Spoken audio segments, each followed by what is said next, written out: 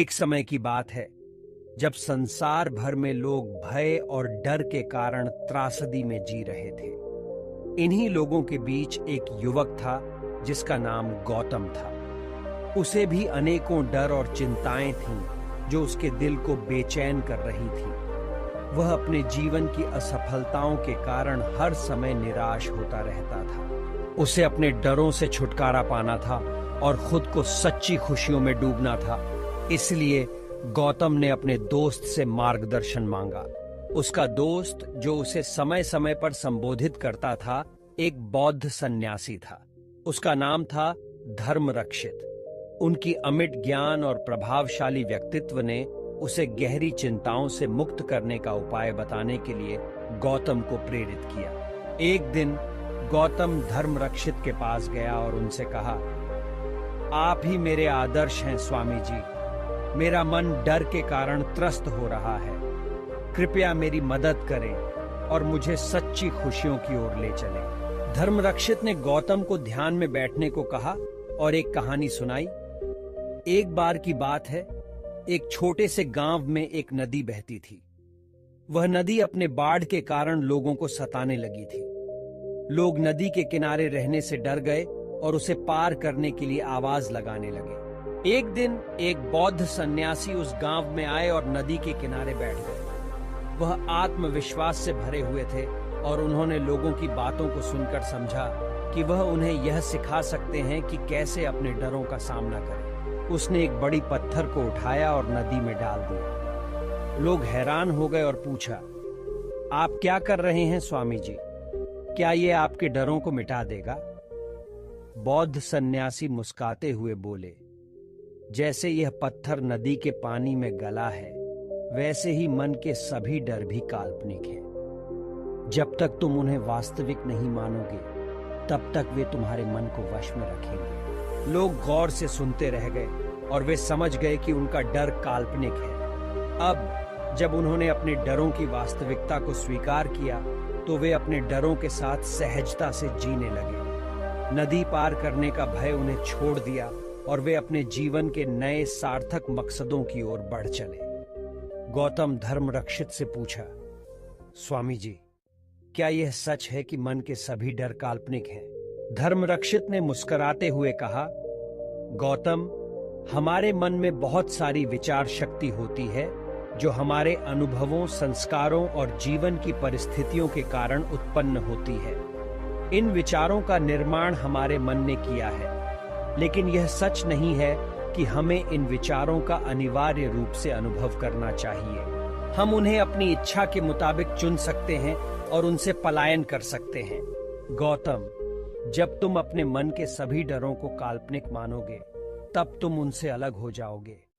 यह आवेश और उद्वेग के कारक हैं जो हमें अपनी सच्ची प्रकृति से अलग कर देते हैं। तभी हम अपने सामर्थ्य का अनुभव करते हैं और वास्तविक खुशी की ओर आगे बढ़ते हैं। धर्मरक्षित ने गौतम को अभ्यास करने के लिए कहा, गौतम, मन की शांति पाने के लिए ध्यान का अभ्यास करो। ध्यान से तुम अपने मन के विचारों को नियंत्रित करने की क्षमता प्राप्त करोगे। समय समय पर अपने आप को विचलित और डरावने विचारों से बचाने का प्रयास करो।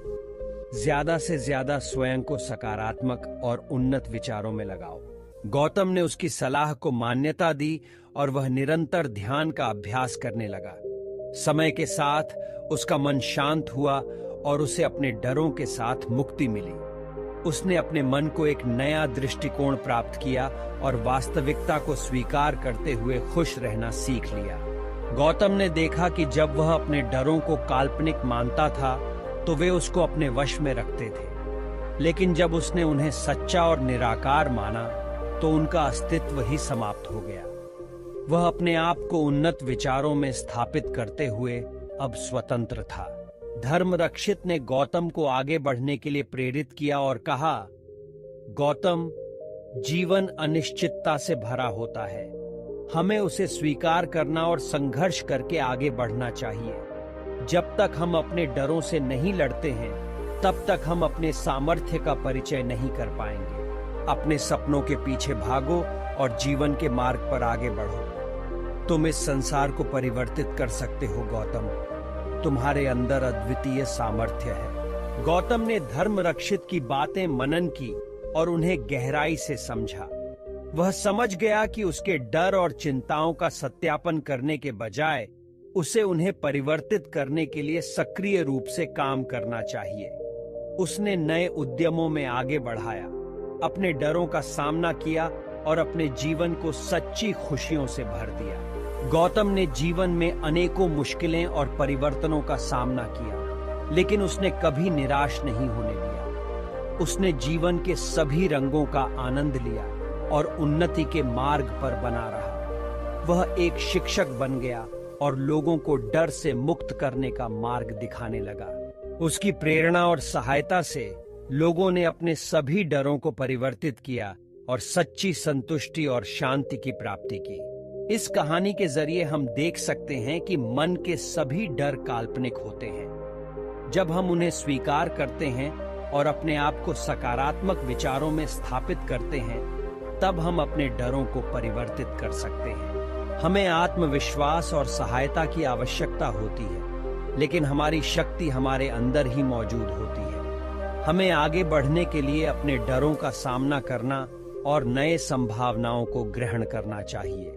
गौतम बुद्ध की इस कहानी से हमें यह सीख मिलती है कि हमारी सोच और विचार शक्ति हमारे अंदर हमेशा विद्यमान होती है। हमें सिर्फ इसकी पहचान करनी होती है और अपने असीमित पोटेंशियल को जागृत करना होता है। हमारा मन हमारी सत्ता का एक महत्वपूर्ण स्रोत है और हमें उसे ध्यान में लाना चाहिए। जब हम अपने मन को शांत करते हैं और सकारात्मक विचारों का आदान प्रदान करते हैं, तब हम सफलता की ओर आगे बढ़ सकते हैं। इस कहानी का संदेश है कि हमें अपने डरों का सामना करना और उन्हें परिवर्तित करने के लिए निरंतर काम करना चाहिए। हमारा डर हमें रोक सकता है, लेकिन हमें उससे पार पाने की साहसिकता रखनी चाहिए। जब हम अपने मन के सभी डरों को काल्पनिक मानेंगे, तब हम खुद को मुक्त करेंगे और अपने सामर्थ्य को पहचानेंगे।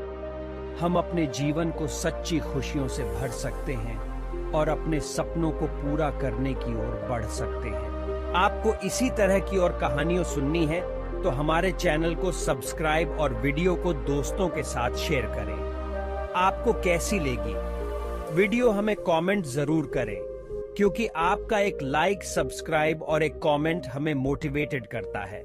Thanks for